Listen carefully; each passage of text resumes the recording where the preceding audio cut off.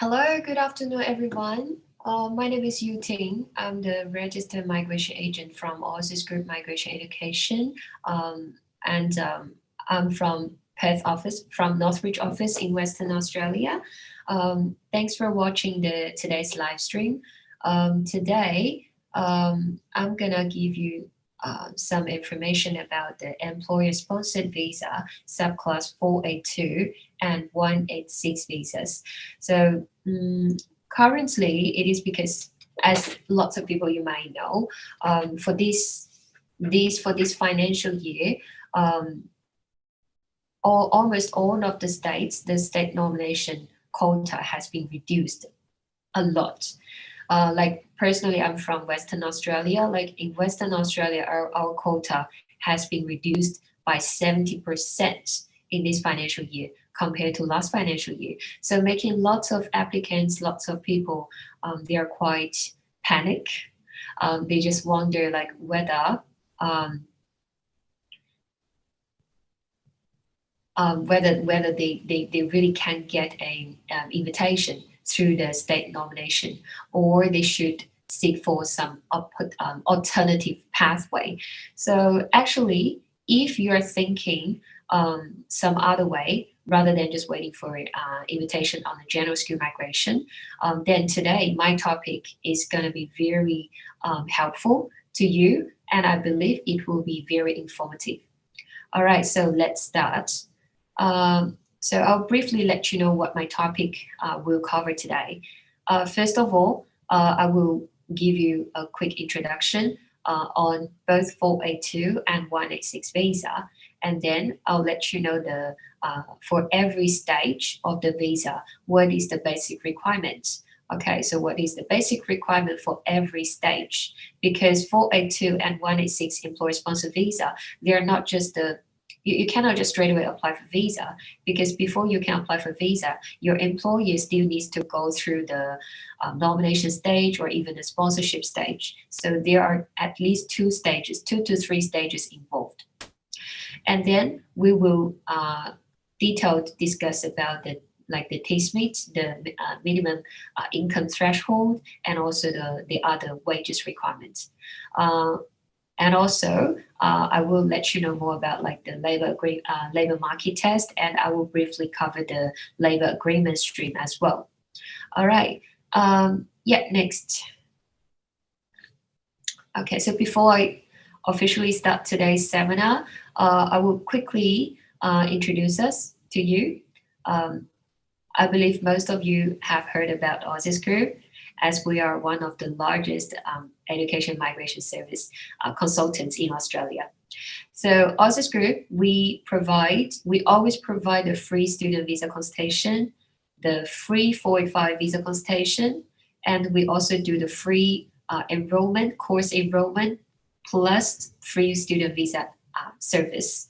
So if you apply for a course, you enroll a course through us, we will help you with the student visa for free as well. Apart from this education student visa, we also do all types of other visa applications. So myself, I'm the registered migration agent, so I can do all types of visa for you, including the general skill migration, the 485 graduate visa, visa, employer-sponsored visa, of course, and all types of family visas as well.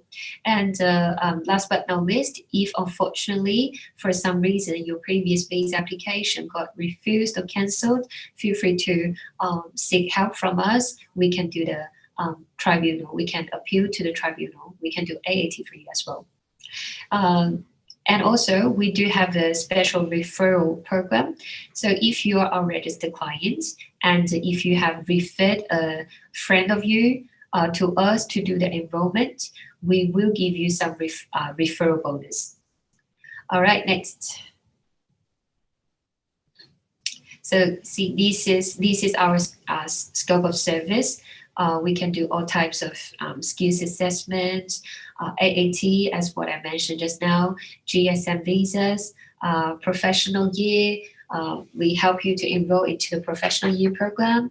We do the expression of interest, and also employer-sponsored visas. And in Western Australia, we have 3 offices. I'm from Northbridge office. We also got another 2 offices in Adelaide Terrace and also in Canning Vale. For the rest of you who are located outside Western Australia, feel free to come to our website and find the nearest office to you, because we got over 30 offices in Australia. Okay, so let's come to the topic today. Types of employer-sponsored visa. Today, I'm only mainly talking about these 2 types of visa: 482, which is a temporary skilled shortage visa. This is what we usually call as work visa. And 186 visa. This is employer nomination scheme visa. And this is a PR, permanent resident visa. And also, I will briefly talk about the DHMA agreements. So DHMA agreements, actually, it's not another visa subclass. DHMA falls into either 482 or 186 visa. It's just a special category of these 2 visas. So which I will mention later. Apart from these 2 types of employer-sponsored visa, there are actually a few more other employer-sponsored visas, such as 407 training visa, or like 494, the regional employer-sponsored visa. But today, because of the time limit, I will only talk about the 482 and 186 to you. Next. Okay, let's start with the 482 visa. So 482, it's employer-sponsored work visa. It's a temporary resident visa. However, it might lead you to PR after 2 years or 3 years of holding the 482 visa. 482 visa consists of 3 stages. The first stage is called SBS, Standard Business Sponsorship. This stage, it's all about the employer side. It has nothing to do with the applicant themselves. So what does immigration want to see at the standard business sponsorship stage? It's actually, at this stage, the employer needs to prove whether their business is eligible to sponsor an employee. Usually in this stage, the department will judge the business for sponsorship on the basis of the financial capacity. So in other words, the department will require most of the financial documents, such as let's say the tax returns, the BAS, business activity statement, company organization chart, the ANSIC business registration. So lots of these type of financial documents from the employer. And then they will judge whether the employer is eligible to be an approved sponsor. So once the sponsorship is approved, the sponsorship will be valid for 5 years' time, which means the employer actually does not need to keep doing this stage 1 application for every applicant, for every employee. Once they get the sponsorship approval, it will be valid for 5 years' time. And during these 5 years, no matter how many employees they want to sponsor, they can keep using the same sponsorship approval. All right, so come to the next page. The basic requirement for this stage 1 sponsorship application is, first of all, the business must be lawfully operating. The business must meet training requirements. The business must have no relevant adverse information against the business. And also, the business must demonstrate their commitment to employing local labor, as well as non-discriminatory recruitment practices. Next.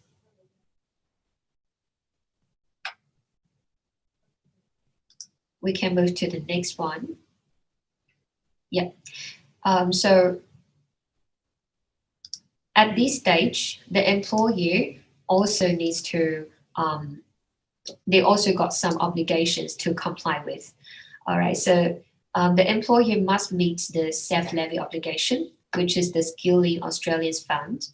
The self-levy will be paid, it must be paid by the employer at the nomination application stage, which is the stage 2.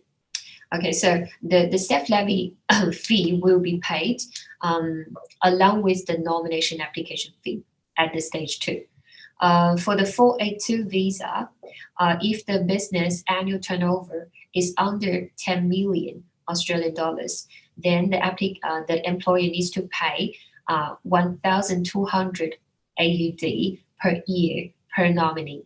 Let's say if the employer wants to they wants to sponsor this employee for 4 years time, then in the nomination stage they need to pay the self levy fee, which is $1,200 by 4. So it's going to be $4,800 once-off fee. This is a one-off fee. If the business annual turnover is 10 million or more, then the self levy fee going to be $1,800 per year, according to the contract. Okay, and the other obligation, we have to go back to the, yeah. So the other obligations the employer needs to comply with is they need to ensure the terms and conditions of employment. They need to keep records and make information available to the department on specific occasions. They need to ensure the primary sponsored employee is employed in nominated occupation, which means, let's say, for example, if someone is sponsored, if your employee is sponsored as an accountant, and while holding the 482 visa, if you promote your employee to another position, for example, financial manager, actually financial manager and accountant, they are under different ASCO code. So by law, the employer, they have the obligation, they have to redo the nomination and change the nominated occupation for the employee from accountant to finance manager. But of course, the employee can still hold the same 482 visa without applying for a new 482 visa. So only the nomination stage needs to be updated, needs to redo if the nominated occupation is changed. And also, last but not least, the other obligations the employer needs to meet is they have to cover the travel cost to enable sponsored person to leave Australia at the time of visa expires. Okay, next. So once the once the sponsorship is approved, it comes to the stage 2, nomination stage. At this stage, this is to nominate the nominee and employee to work in the business. This stage involves, so the purpose of this stage is to convince, to show immigration, to show the department that why the business requires this position and why the company cannot find a local candidate, and why they must outsource a foreigner to fit into this position. So pretty much this stage needs to show your genuineness, needs to show the employer's genuine requirement on this position. So at this stage, of course, the employer must be an approved sponsor from the stage 1. The sponsorship must be approved.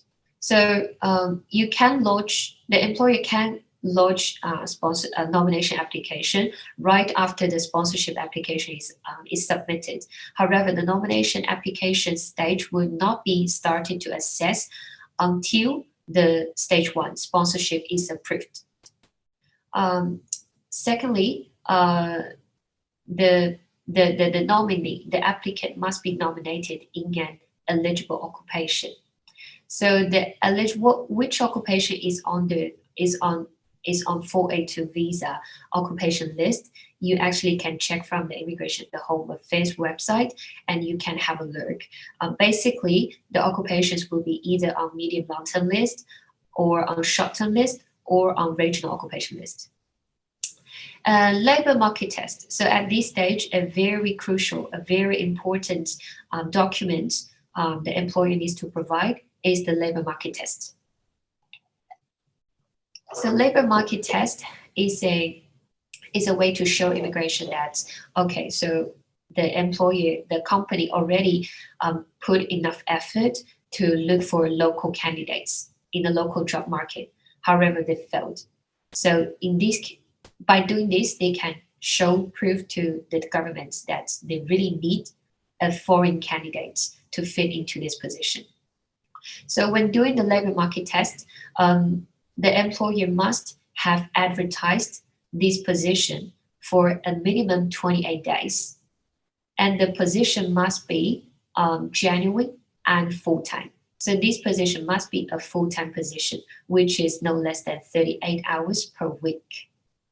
For the 482 visa under the short-term stream or the medium long-term stream, the labor market requires that at least 3 job advertisements posted on 3 different platforms, and the platforms must be nationwide. And among these 3 platforms, one of the job advertisement must be posted on Workforce Australia. So this is the government job advertisement website.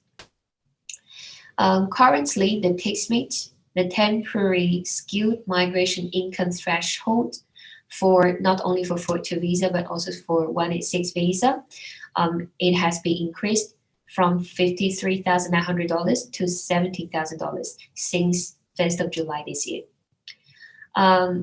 Lots of people, they're asking, they have this type of common sense.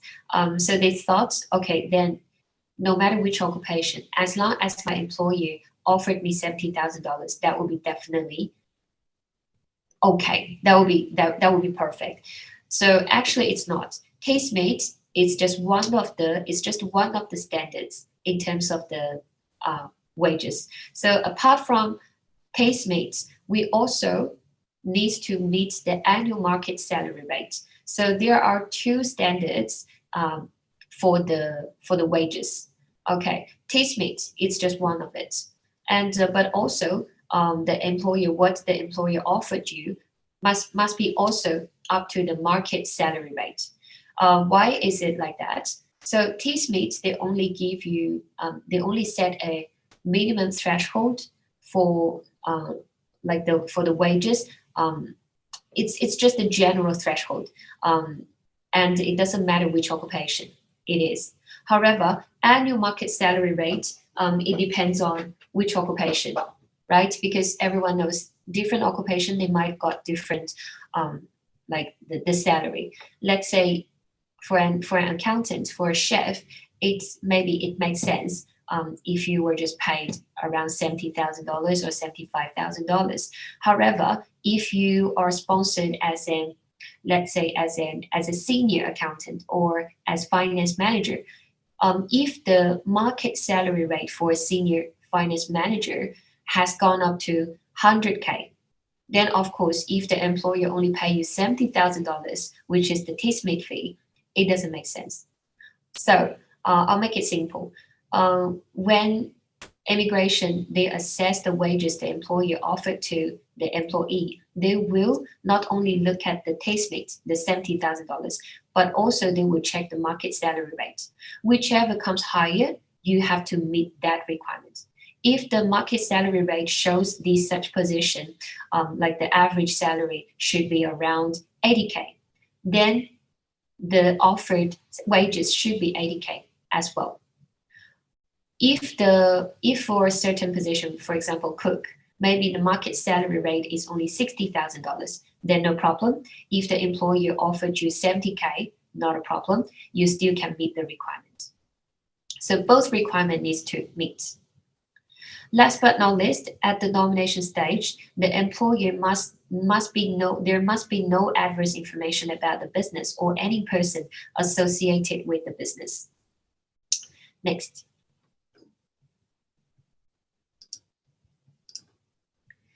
Next stage comes to the visa application. Yeah, stage 3, it's the visa application. So once the nomination is approved, then it comes to the visa application assessment. So this process entirely rotates around the visa applicant. It finally comes to the employee. At this stage, the applicant must show their relevant skills, their qualifications, and their employment background. So generally, for 482 visa, no matter whether it's short-term stream or medium long-term stream, you at least need to show that you have at least 2 years of full-time work experience in your relevant nominated occupation in the last 5 years' time. Equivalent part-time is considered as well. You must meet the English language requirements, and you must meet health and character requirements. There is no age requirement for 482 visa. So even if you're over 45 years old, even if you are 55 years old, or no matter how old you are, you are eligible for 482 visa. Okay, next. Next, we have to have a basic understanding of, as a 482 visa holder, what are your obligations? So just now we discussed about the employer's obligation. Now comes to the employee's obligation. This is really important. So this is the visa conditions that you must meet while holding the 482 visa. First of all, you can only work in the approved occupation. Like what I say, if your occupation is changed, we have to inform immigration and we have to redo the nomination. Also, you must only work for the employer who nominated this position, which means you cannot change the employer. If you change the employer, again, the nomination needs to redo. Thirdly, you cannot cease employment for a period that exceeds 60 consecutive days. In other words, for some reason, if you quit your job or your job made you laid off, it's not coming to the end of the world immediately. You still got no more than 60 days to look for another employer. Okay, you still can look for another employer, but it must be you must lodge a brand new nomination application within 60 days. Okay, and the other obligations the 482 visa holders might need to comply with are, for example, if your nominated occupation requires you to hold any license, registration, or membership, then you have to keep holding this type of membership or registration. For example, like electrician, like to be an electrician in Australia. To be an electrician in Australia, you need to hold a full license. So if you get sponsored as an electrician in the next 2 to 4 years' time, you must continue to hold the full license. Last but not least, the employee must comply with each condition or requirement to which the license, registration, or membership is subject.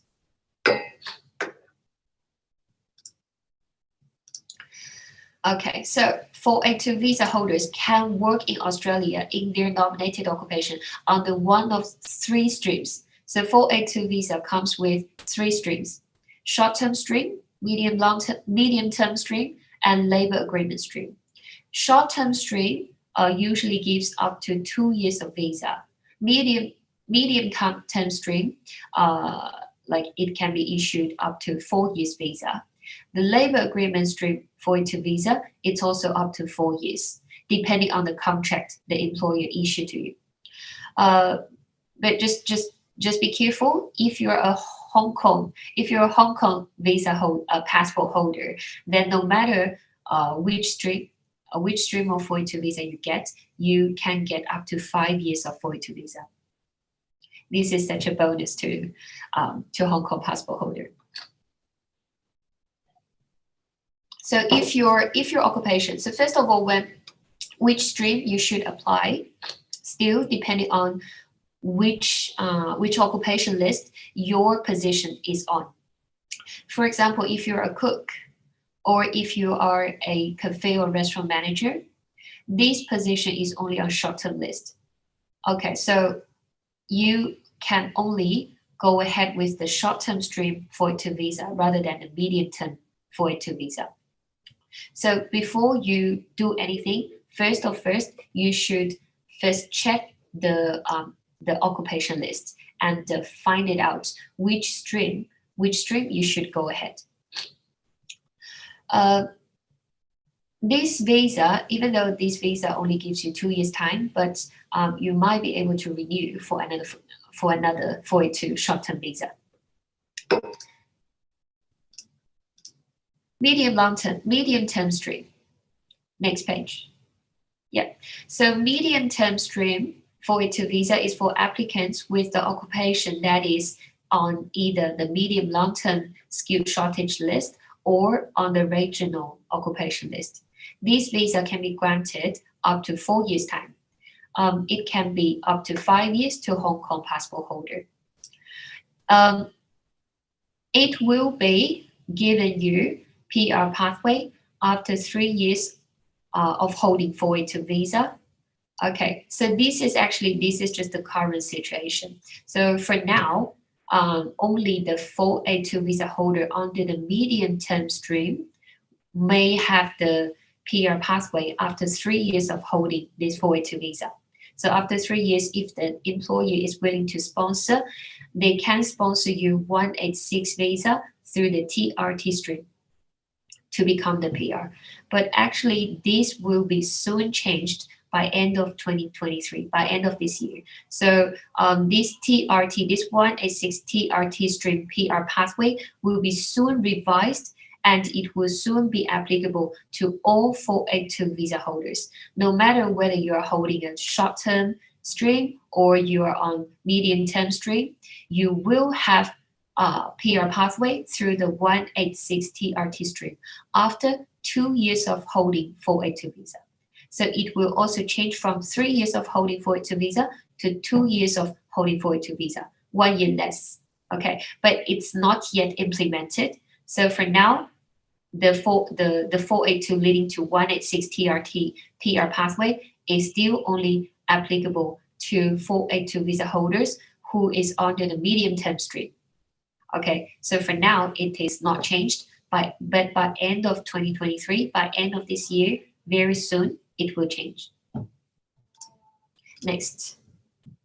Yeah, pretty much I already covered this page. Can 482 visa lead to permanent residency? The answer is yes. But of course, it all depends on your employer, whether the employer is happy to sponsor you to get the PR.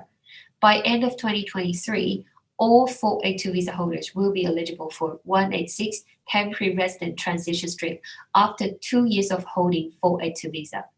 The employer, you have to know, the employer has no obligation to sponsor the 482 visa holder for PR. So it all depends on them.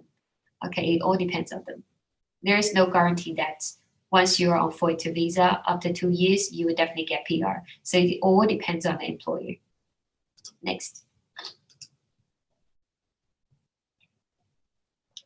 All right, so let's discuss about this 186 visa, which is the final destiny of all the 482 visa holders. How you can become PR, that's the way, through the 186 visa. 186 Employer Nomination Scheme, this is a permanent visa, permanent resident visa. Employees can be nominated in either metropolitan or regional Australia. It allows nominee and the family to live and work in Australia. Here, be careful. Even though 482 visa does not have an age limit, for 186 visa, it does have an age limit. So the applicant must be under 45 years old at the time of visa application. Okay, so let's say while holding the 482 visa, or even before you apply for 482 visa, you are already 45 years old or even older. You still can get 482 visa. You still can work on 482 visa for no matter how many years the visa gives you. However, it may not give you a PR pathway through this 186 TRT stream or through 186 direct entry stream. But does it mean for those elder candidates who are older than 45 years old, they just do not have any PR pathway? Actually not. Later on, I will quickly cover the DHMA agreement. So if you are already 45 or over 45 years old, DHMA agreement might be the best or even the only pathway for you. All right, and yeah, so 186 visa also got the English requirements, the health and character requirements. So no matter whether it's TRT stream or direct entry stream, the English requirement for 186 visa applicants is 6 each in IELTS or equivalent PTE or TOEFL. Once you apply for the 186 visa, you can apply for the interim Medicare. So the Medicare benefits are available.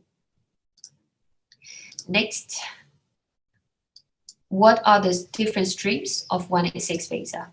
So similar to 482 visa, 186 visa also got 3 different streams. Direct entry stream. This is for applicants whoever have work experience, have at least 3 years of work experience, full-time work experience after the relevant qualification.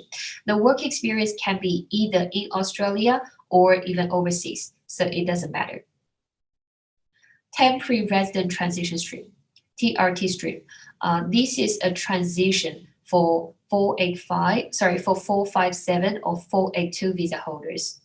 So you will be only eligible for TRT stream if you have been holding the 482 visa for 2 years or 3 years. For 3 years for now, and soon it will be reduced to 2 years only. Labor agreement stream. Okay, so labor agreement stream, this is a this labor agreement is actually for it requires you to work for an employer who is already a party of a certain labor agreement. Yeah, so it can be, let's say, it can be either through DHMA labor agreement, or it can be an industrial labor agreement, such as the aged care industry labor agreements.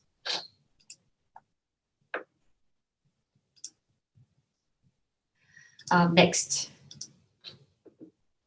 the basic requirement for direct entry stream. First of all, the qualifications, the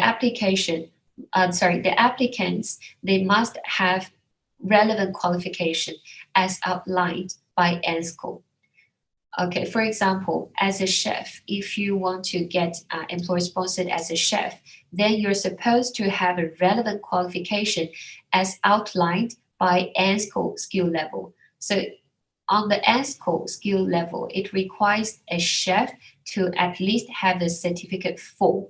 So certificate 4 in commercial cookery is considered as a relevant qualification for a chef. Secondly, in order to apply for the direct entry stream 186 visa, the applicant must hold a positive full skills assessment. So back to the 482 visa, skills assessment is not a must, depending on the qualification, depending on the nominated occupation, as well as the country of passport holder. Yeah, so for example, most of the professional occupations, such as engineers, IT, or accounting, or even all types of the manager positions, there is actually no skills assessment requirement for the 482 visa applications. Only for certain trade occupation, such as carpenter, cook, chef, if your country of origin, if you're holding a passport from, let's say, from China, from India, from Hong Kong, yeah, from certain countries, then it is a compulsory requirement for the 482 visa applicants to hold a positive skills assessment. So positive skills assessment is optional to 482 visa, but it's a must to 186 visa under the direct entry stream. English requirement. The direct entry stream English requirement is competent English, so which is 6 each, or equivalent PTE, which is 50 each, or TOEFL. 3 years of full-time work experience in the nominated occupation. So to be eligible for the direct entry 186 visa, the applicant must have already obtained 3 years of full-time work experience, and the work experience must be post-qualification. So the work experience will be only counted after your completion of a relevant study. But the full-time work experience can be obtained either from Australia or from overseas, as long as you can show the work experience evidence. And the experience can be obtained either from your sponsor or not from your sponsor. So it doesn't matter from which employer as well. Next, come to the TRT stream, temporary resident transition stream.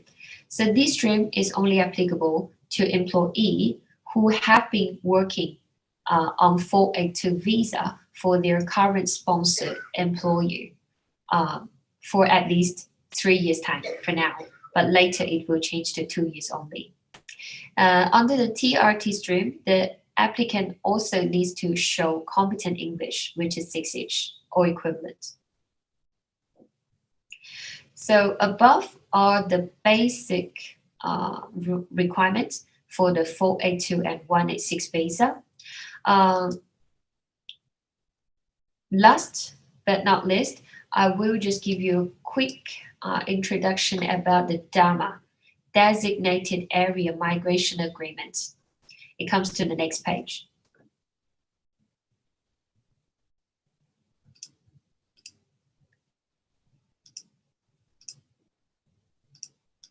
Yeah. So why DHMA? Why DHMA? What for DHMA? Actually, DHMA. First of all, DHMA stands for Designated Area Migration Agreements.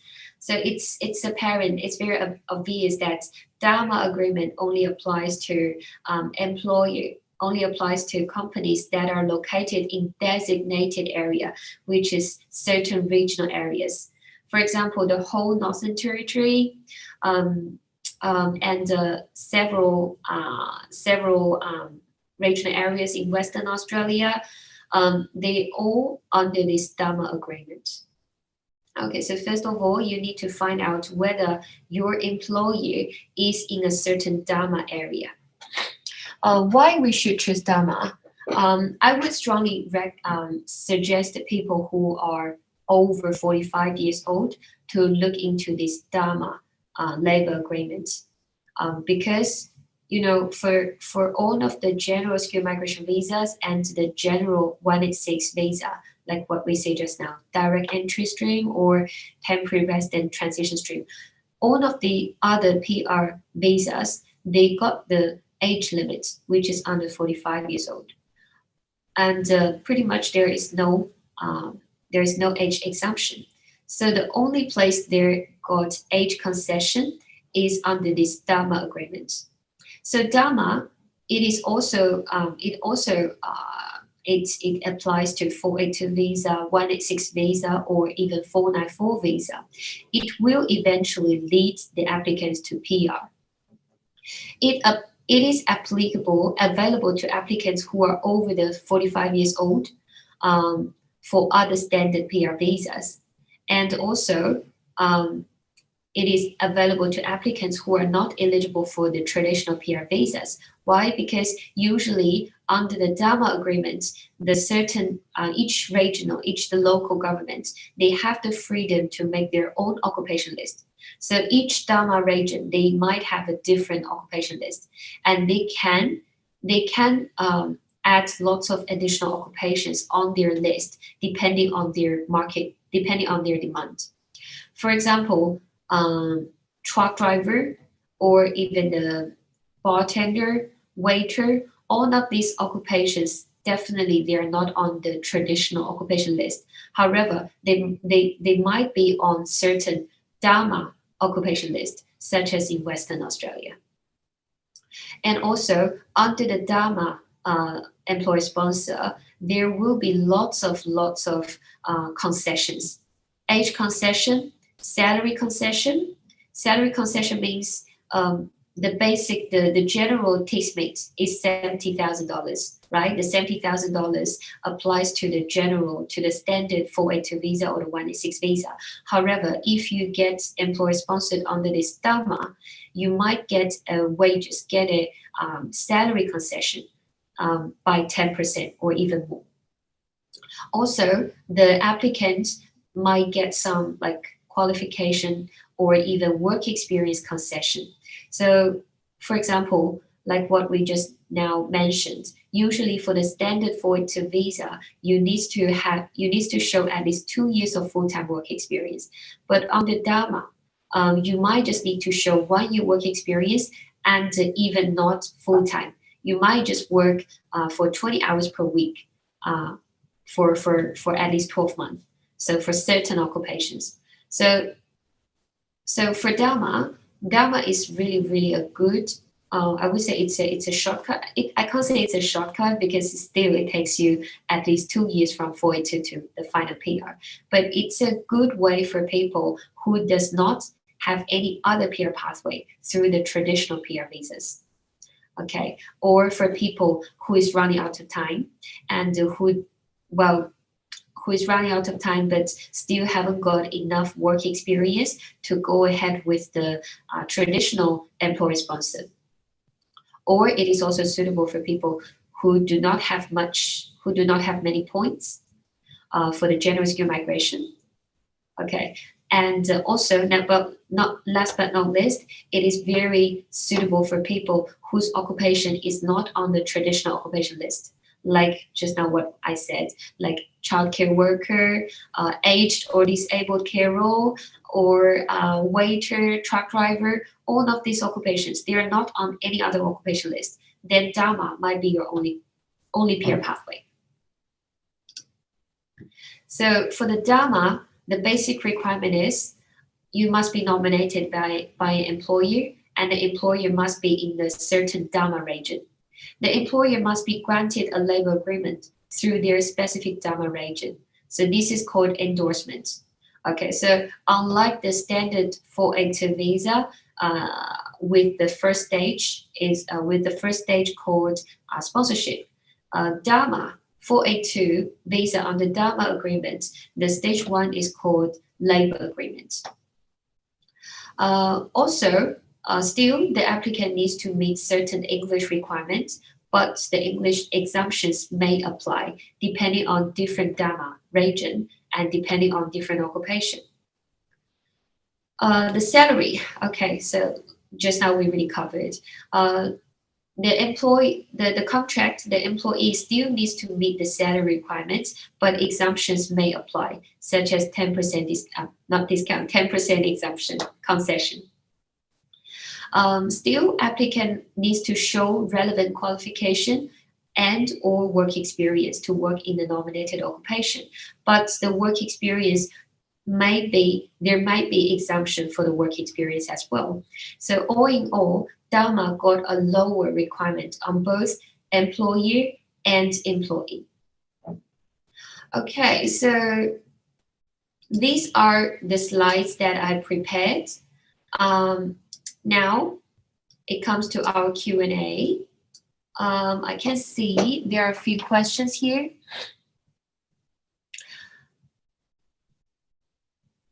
Hi, are there changes coming to 494 employer-sponsored student visa? I heard there are changes coming.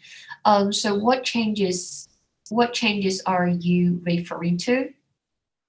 Because today our topic is mainly about 482 and 186. So I didn't cover anything about 494.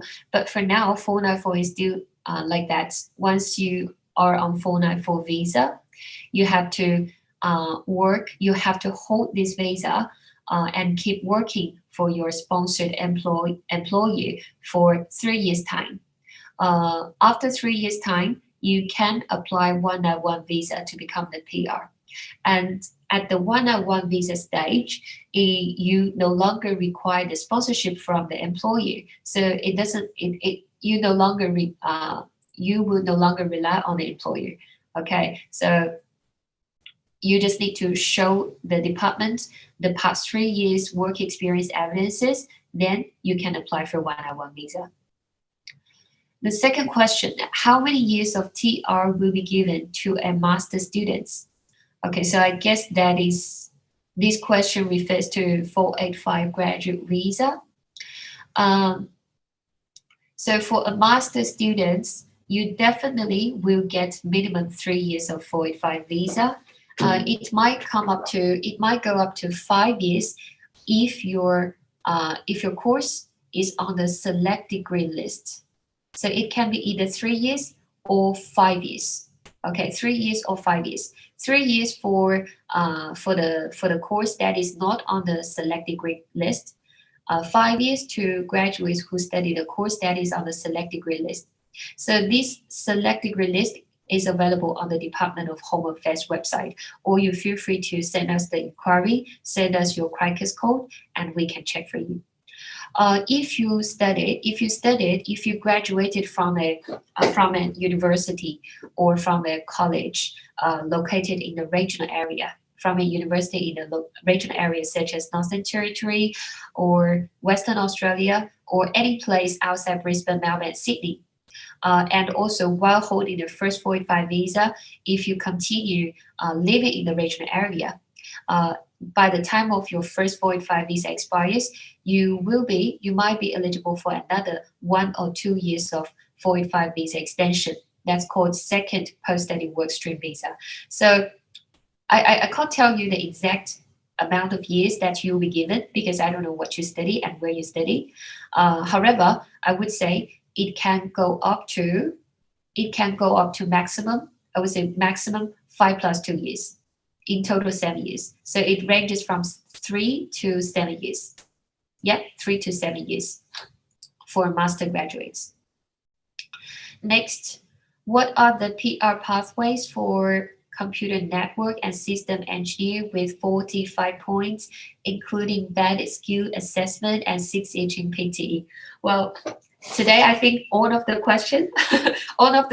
questions, they're not related to employer sponsor. But anyway, I'll just quickly cover this.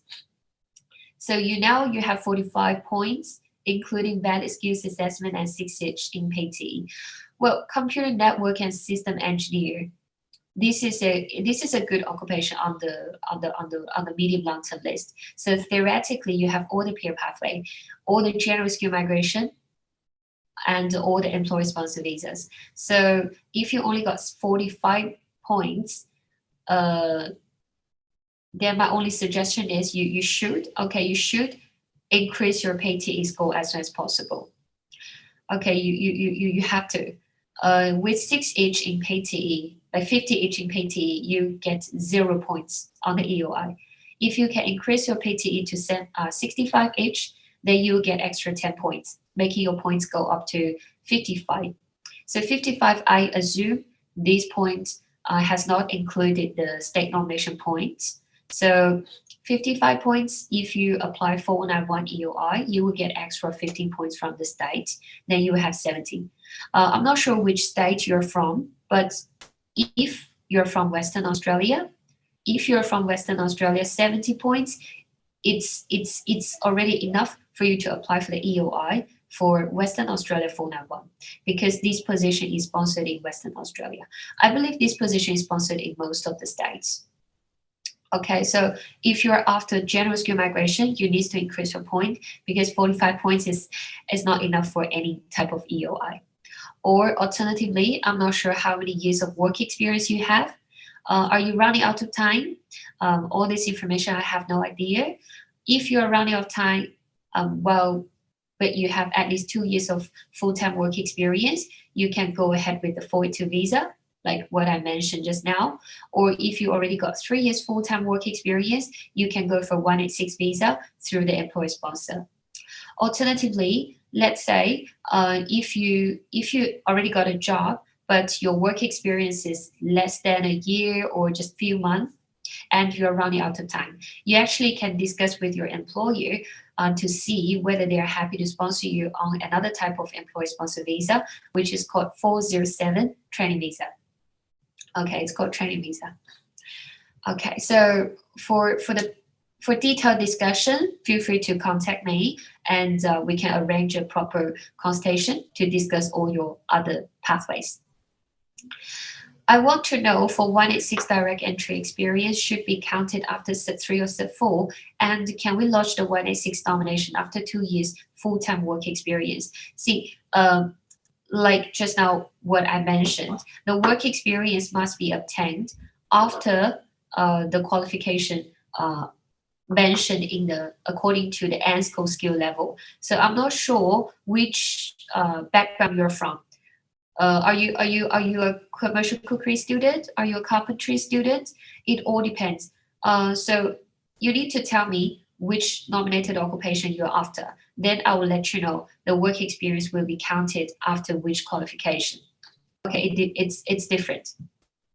If you are after a cook, then a work experience can be obtained from the completion of Set 3. If you are a chef, then it must be after Set 4. So it is all different. And the second question I've covered in my slides as well. Can we lodge the 186 nomination after 2 years full-time experience? So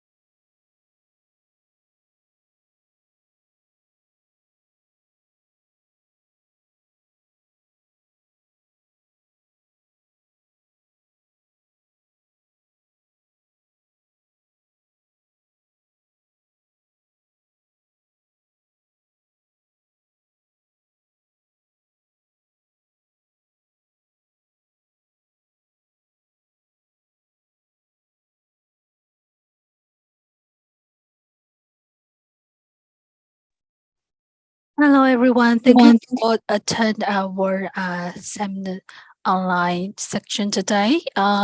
If you have any questions, please send to our Facebook and follow our Facebook. Thank you.